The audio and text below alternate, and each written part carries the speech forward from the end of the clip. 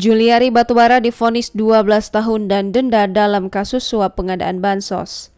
Ex-Menteri Sosial Juliari Batubara divonis 12 tahun penjara dalam perkara dugaan suap pengadaan bantuan sosial sembako COVID-19 di Jabodetabek.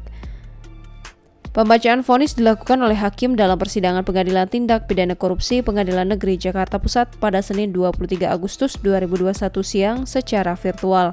Juliari Batubara disebut terbukti secara sah dan meyakinkan melakukan tindak pidana korupsi secara bersama-sama dan berlanjut sebagaimana dakwaan penuntut umum.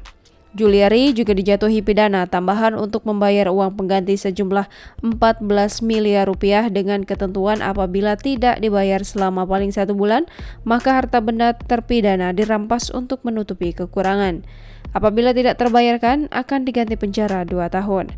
Tak cuma itu, Juliari juga dijatuhi pidana tambahan berupa pencabutan hak dipilih dalam jabatan publik selama 4 tahun setelah terdakwa selesai menjalani pidana pokok.